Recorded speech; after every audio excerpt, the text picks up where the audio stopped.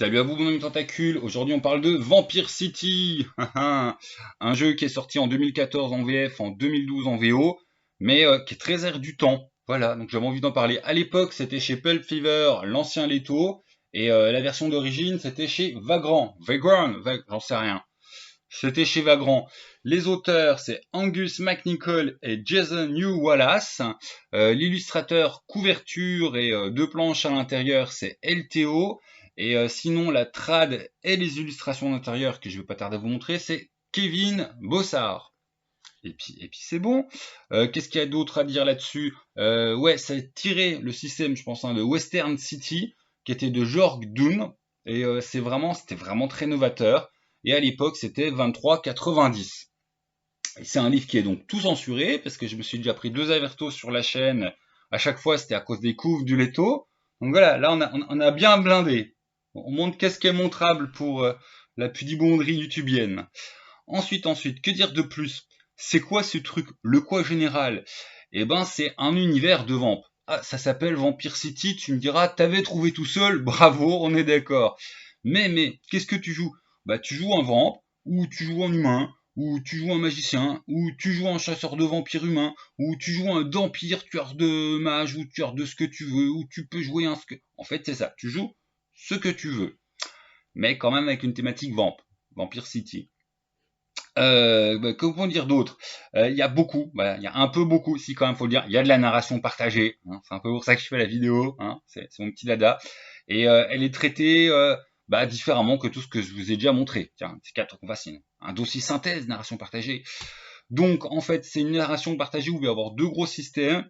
Un système, j'oserais dire, ludique habituel, carac, compétences, test avec des dés de 6, et un système qui est beaucoup plus fait pour gérer justement la narration partagée, à savoir des pierres de sang, un système de vote avec un capital de ce que tu peux voter, enfin, de votation, donc non, d'enchères, voilà, le terme il est plus précis, un système d'enchères avec un capital que plus t'enchéris, plus ton capital il diminue. Voilà. Donc tu peux gagner, mais il faut tout mettre faut faire tapis.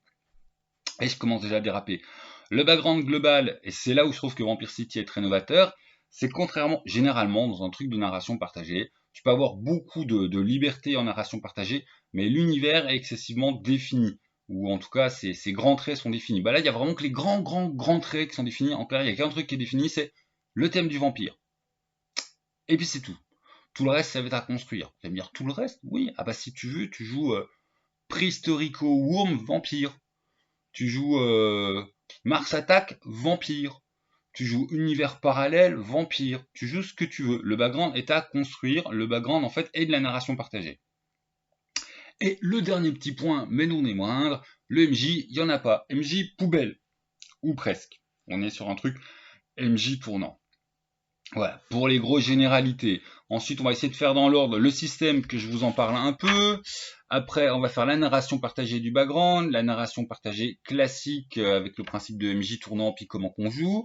Après, comment qu'on gère tout ce bazar, donc un peu plus les règles de comment ça se passe pour la narration partagée. Après, qu'est-ce qu'il y a dans le reste du livre, parce que je vais pas non plus tout vous faire page par page. Après, on fera un petit retour sur le test désastreux que j'ai fait. Et enfin, la conclusion. Donc là, oui, une partie test a été un gros plantage, il n'empêche que pour moi c'était une super découverte et j'essaierai d'amener les pourquoi du comment selon moi. De notre côté, ça a été caca boudin. Donc, hop, on va déjà commencer par montrer ce qui est montrable, la couverture. Alors, la première page, c'est la même que l'illustration centrale, mais sans les côtés, et sans le marqueur, et sans les habits. Voilà. Et puis là, bon, boss, ça reste très pudique et chancré, mais bon, YouTube étant ce qu'il est, on fait bien attention à pas montrer la première illustration. Sinon, les illustrations de Kevin Boussard, ça donne ça. Ouais, ça pète un peu, hein. Le monsieur, il a fait une belle trad. Mais en plus, il nous a fait des dessins qui sont pas mal du tout. Ouais, c'est comme d'hab, hein, c'est goût et couleur. Mais ça te met de l'ambiance dans un truc vampirique. C'est bien d'avoir de l'ambiance. Ça, c'est Delteo, par exemple. Une Elizabeth Crowley. Ça, c'est toujours Delteo, donc qui a une patte très manga, couleur, retouché à l'ordi, next-gen. Ça, c'est Rockevin. Vampire, soleil, explosion. Et voilà. Et hop. Ça, c'est le calice, c'est une petite déco, mais c'est aussi un outil pour la table de jeu. Donc j'ai bien foutu partout des trucs sur mes notes, hein, n'importe quoi. On va parler du système. Donc déjà, le système classique, comment ça marche d'un point de vue classique? C'est un jeu avec des tests à coups de dés de 6. Ton perso, il est construit simplement avec attributs, corps, esprit, présence. Chacun de ces attributs, quand tu le multiplies par 2, ça donne ta réserve, à savoir tes points de vie, tes points de santé mentale, tes points de résistance sociale. À noter que pour les personnages joueurs, c'est x2. Pour les figurants, c'est seulement x1. Après, tu peux avoir des exceptions. Hein. Si tu veux venir Cthulhu, bon, fais comme tu veux. Ensuite, qu'est-ce qu'on a de bien classique? On a les professions, à savoir qu'il y a aussi des compétences dans le jeu, mais tu es surtout défini par une profession qui donne tout un cheptel de compétences. Tu peux avoir des spécialisations dans ces compétences. À la fin, je pourrais t'en peine dessus parce que c'est la seule erreur technique du jeu. Avec donc ta profession qui va te donner tout ce que tu sais faire, du genre t'es policier, tu sais faire tous les savoir-faire du policier, et tu peux choisir certains trucs plus précis. Genre j'ai 3 spécialités, alors j'ai flingue, administration et conduite de voiture. Quand tu as 6 compétences, en fait tu montes d'un rang ta profession.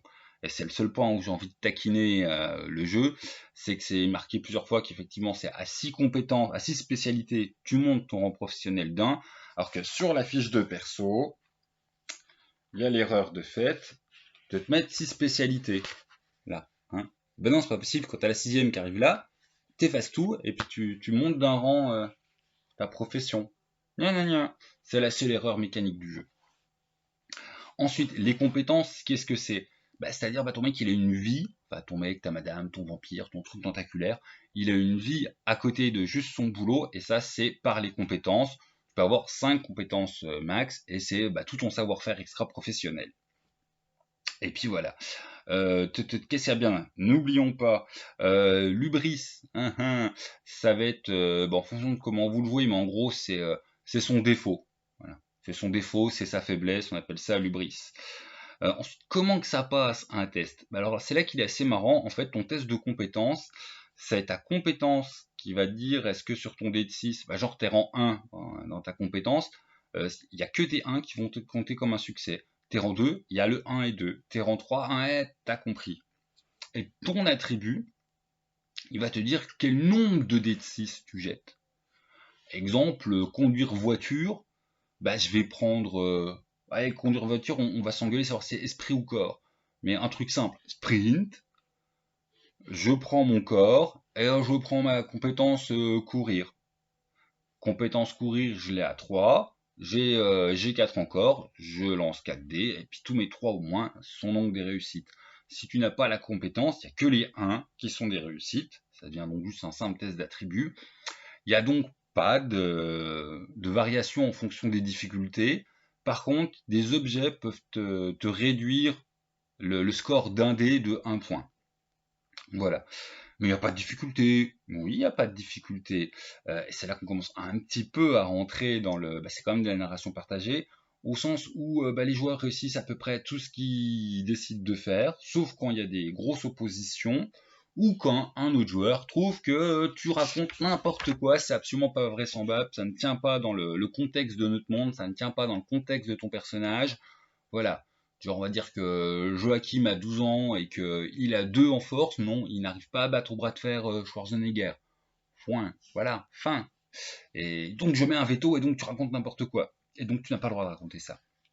Donc, on a des réussites tôt, mais qui peuvent être pondérées en fait par le veto des autres joueurs.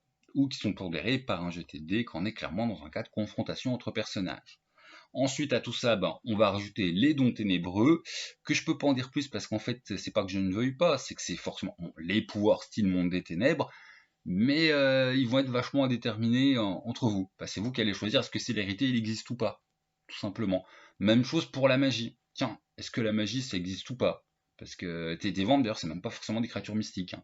Donc ça va être vous, joueurs, qui vont dire ouais la magie ça existe, non la magie ça existe mais vraiment qu'un tout petit peu, il n'y a pas beaucoup de monde qui le savent, non la magie ça n'existe pas du tout, non la magie ça n'existe pas, mais par contre il y a les pouvoirs psychiques, c'est vous qui allez le déterminer.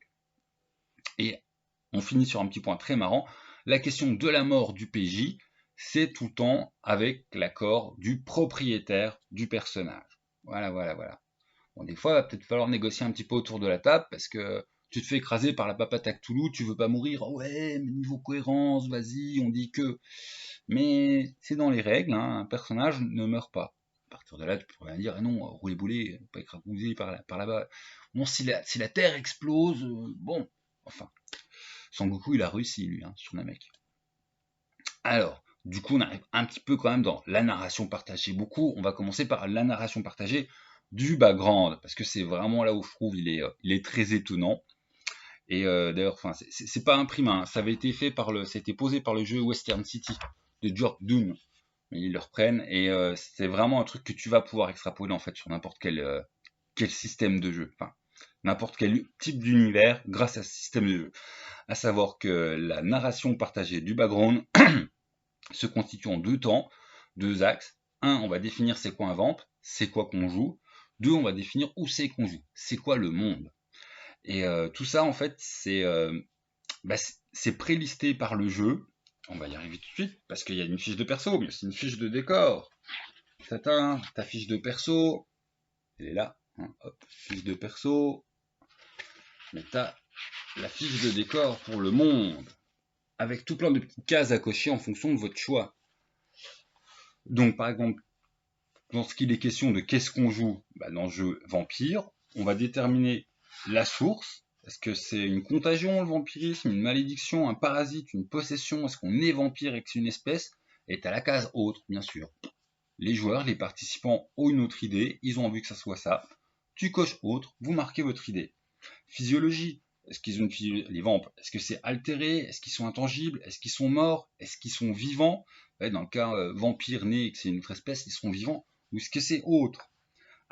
Habitudes alimentaires, est-ce que c'est des buveurs de vie, des buveurs de sang, des mangeurs de chair humaine? Est-ce que c'est des vampires psy? Est-ce que c'est autre?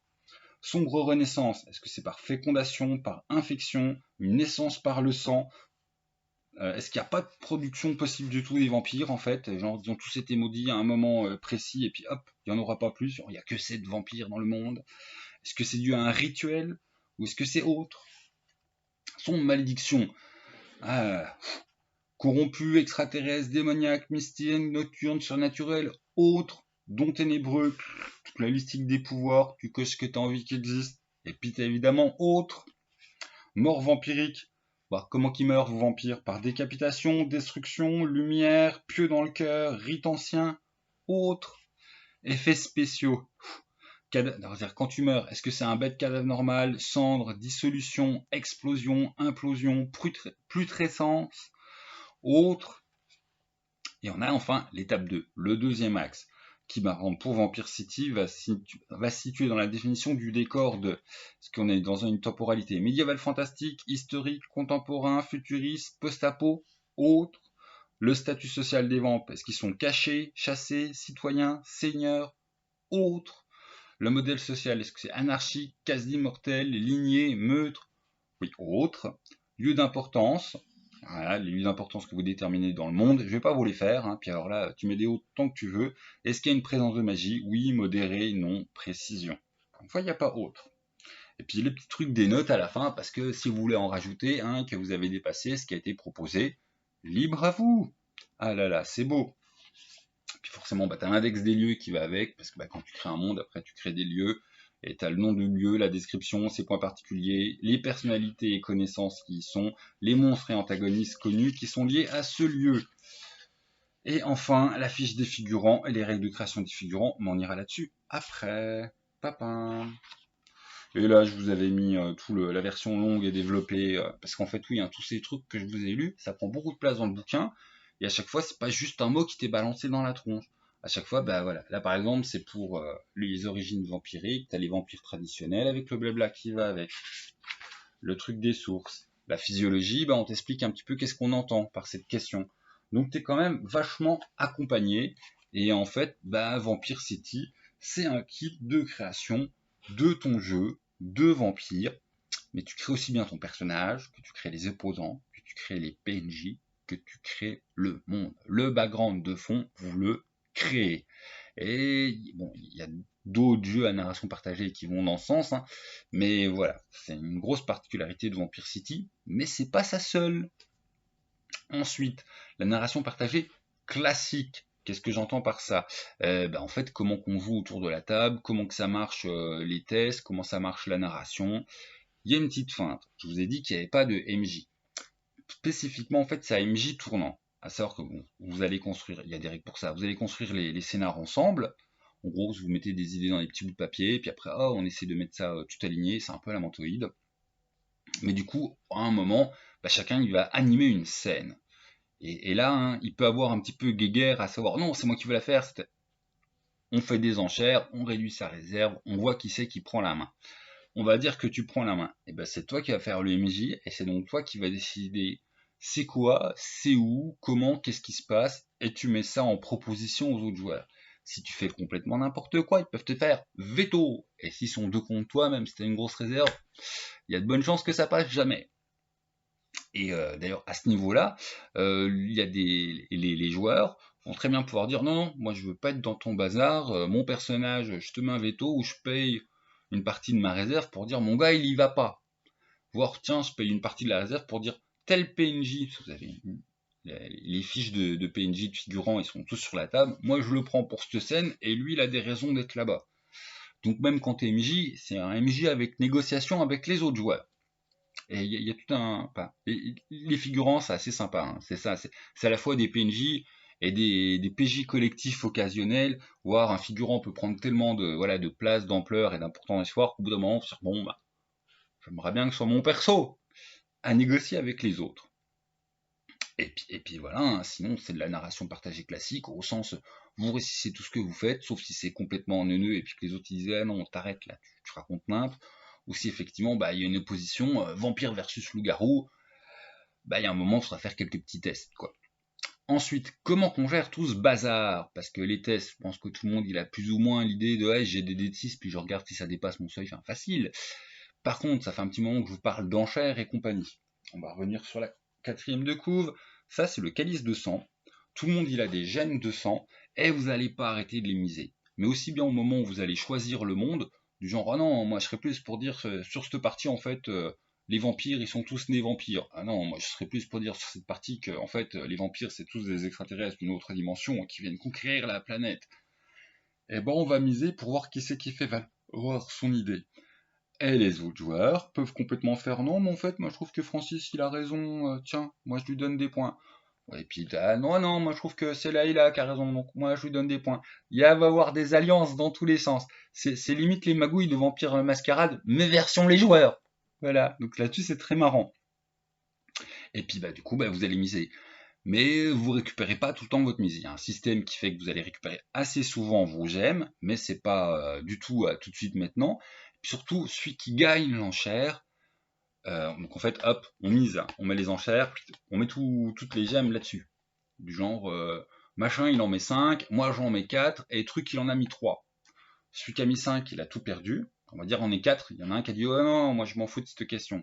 On reprend tout ce qui est là, on les répartit une à une dans les 3 qui ont perdu. Même celui qui n'a rien misé, qui donc aura un capital de gemme supérieur à tout le monde, et que pour la prochaine enchère, il fera peut-être vous allez la fermer, c'est moi qui ai raison.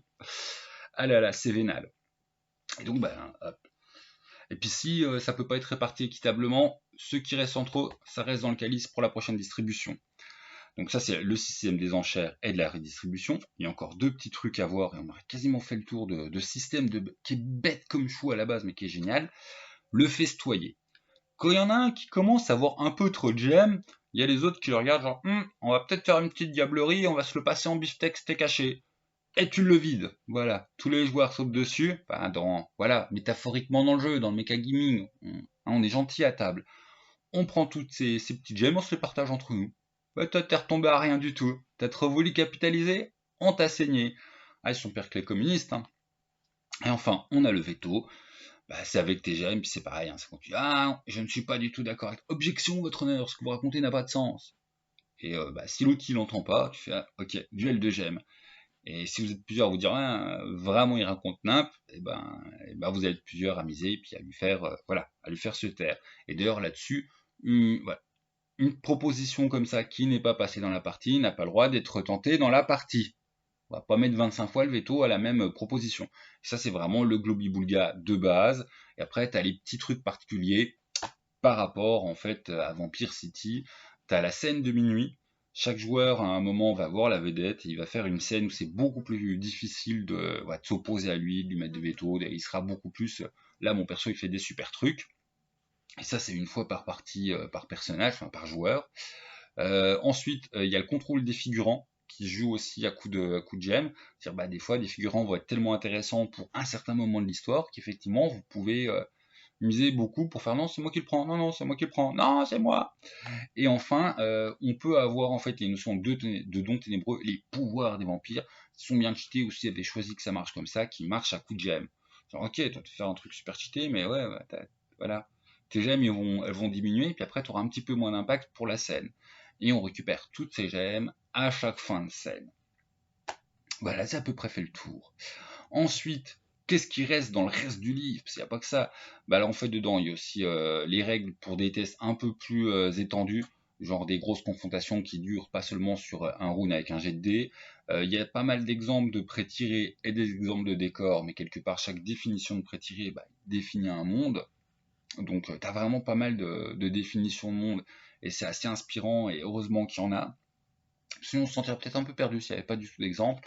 En parlant d'exemple, il y a même un exemple de partie, et c'est pareil. D'habitude, j'aime pas trop quand les exemples de partie prennent beaucoup de place dans un bouquin. Déjà, c'est pas beaucoup, et puis surtout, vu la nature du truc, hein, alors on construit ce qu'on joue, on construit, on joue, il y a juste le comment on joue, on construit pas trop.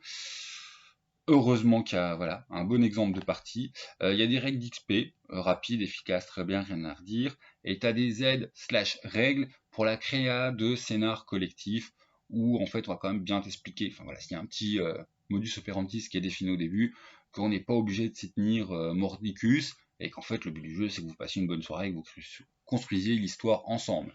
Même si au niveau des scènes, il y a 3 types de scènes qui sont beaucoup plus marquées. T'as le crépuscule, qui est le début de l'histoire, t'as l'aube, qui est la fin, et puis tout le monde il a son minuit, le moment où c'est toi qui va briller en tant qu'MJ et que c'est toi qui vas faire tes bidouilles. On approche de la conclue, mais avant, la partie test. Bon, c'est un peu fumble, c'est un peu complètement fumble. La partie, du coup, il y en a deux qui se sont bien amusés, moi moins, parce que essai narration partagée avec Morty et Olivier, et ça n'a pas été une super réussite en termes de partage de MJ. Voilà, en moins de 20 minutes, en gros, on a choisi l'univers et puis la création des vampes à plusieurs. Sur les vampes, ils avaient pas mal d'idées. Sur l'univers, ça commençait déjà vachement à être vas-y, tu choisis, tu connais mieux que nous en jeu de rôle. Non, mais c'est pas ça du tout le principe du jeu. Et puis après, c'était carrément, ouais, non, vas-y, on te laisse la scène. Enfin, eux, ils en étaient limite à mettre des gemmes pour, non, non, c'est toi qui y vas. Donc au bout d'un moment, je me suis retrouvé MJ, hein, au bout de la première scène, et ça n'a pas abusé. Et puis du coup, ils ont bien joué en mode la narration partagée, c'est cool, parce qu'on fait moins de tests que d'habitude, puis on réussit plus ce qu'on veut. Mais même à ce niveau-là, c'est pas méga narration, giga partagée, ah non. Mais c'était quand même bien sympa. Mais c'est là qu'on touche un peu la limite du jeu. Il faut pas je suis pas du tout parmi les voisins la personnalité que je parle, tout le monde se tait. Mais au niveau du jeu de rôle, vu que c'est un peu moi qui cassais les pieds à tout le monde, puis c'est moi l'initiateur de la secte du coin, et ben oui, forcément, en fait, c'était beaucoup trop disparate, et puis on parle beaucoup d'XP de jeu de rôle, enfin, tout ça pour dire qu'il faut, je dis pas forcément qu'un néophyte serait mauvais, mais voilà, il faut qu'il y ait quand même un statut d'égalité entre les joueurs. Enfin, je pense que moi, c'est vraiment ça qui a posé problème, nous, c'est que ils ont tous fait non, mais c'est toi le rôliste, toi le MJ, ils ont jamais fait MJ, leur dirait c'est toi le MJ tournant. Ah. Donc voilà, ça a complètement planté. Je pense que forcément, faut que tout le monde il ait déjà été MJ pour pouvoir jouer à Vampire City, sinon peut-être d'un coup tu te dis putain, ça va être ma première maîtrise, comment que ça se passe? Ah mon dieu. Voilà. Donc prérequis pour jouer à Vampire City, faut être entre MJ. Et enfin, la conclue, Miam, Atab, Youpi, je voudrais dire qu'une chose, connectez-vous à Facebook, allez écrire à Laurent Rambourg. Je ne sais pas s'il a encore les droits, je ne sais pas qui a les droits, mais ça serait sympa que ça ressorte là, ça va être ses 10 ans.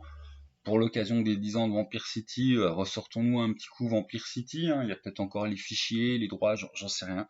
Si c'est un truc simple à ressortir, il faudrait vraiment que ça ressorte, même sous sous petit PDF à 5 boules à choper. Voilà, donc écrivez au Leto si vous avez envie d'essayer parce qu'il tourne pas souvent en occasion et puis quand il tourne, voilà, c'est des prix de vampires. Ouais, on le voit passer vraiment rarement. Les gens ne connaissent pas trop. Voilà, c'était sorti à l'époque où Pulp Fever c'était pas non plus le truc méga connu. Donc c'est un jeu qui a pas eu énormément d'audience. Il a même pas de fiche grog, par exemple. C'est dommage. Donc voilà, Vampire City, c'est vraiment très bien. Il mériterait une réédition en France. Je sais pas si c'est, non pas économiquement, mais si c'est industriellement, rôlistiquement possible, hein. Il y a toujours le problème des droits, des machins, mais c'est un sacré bon petit jeu.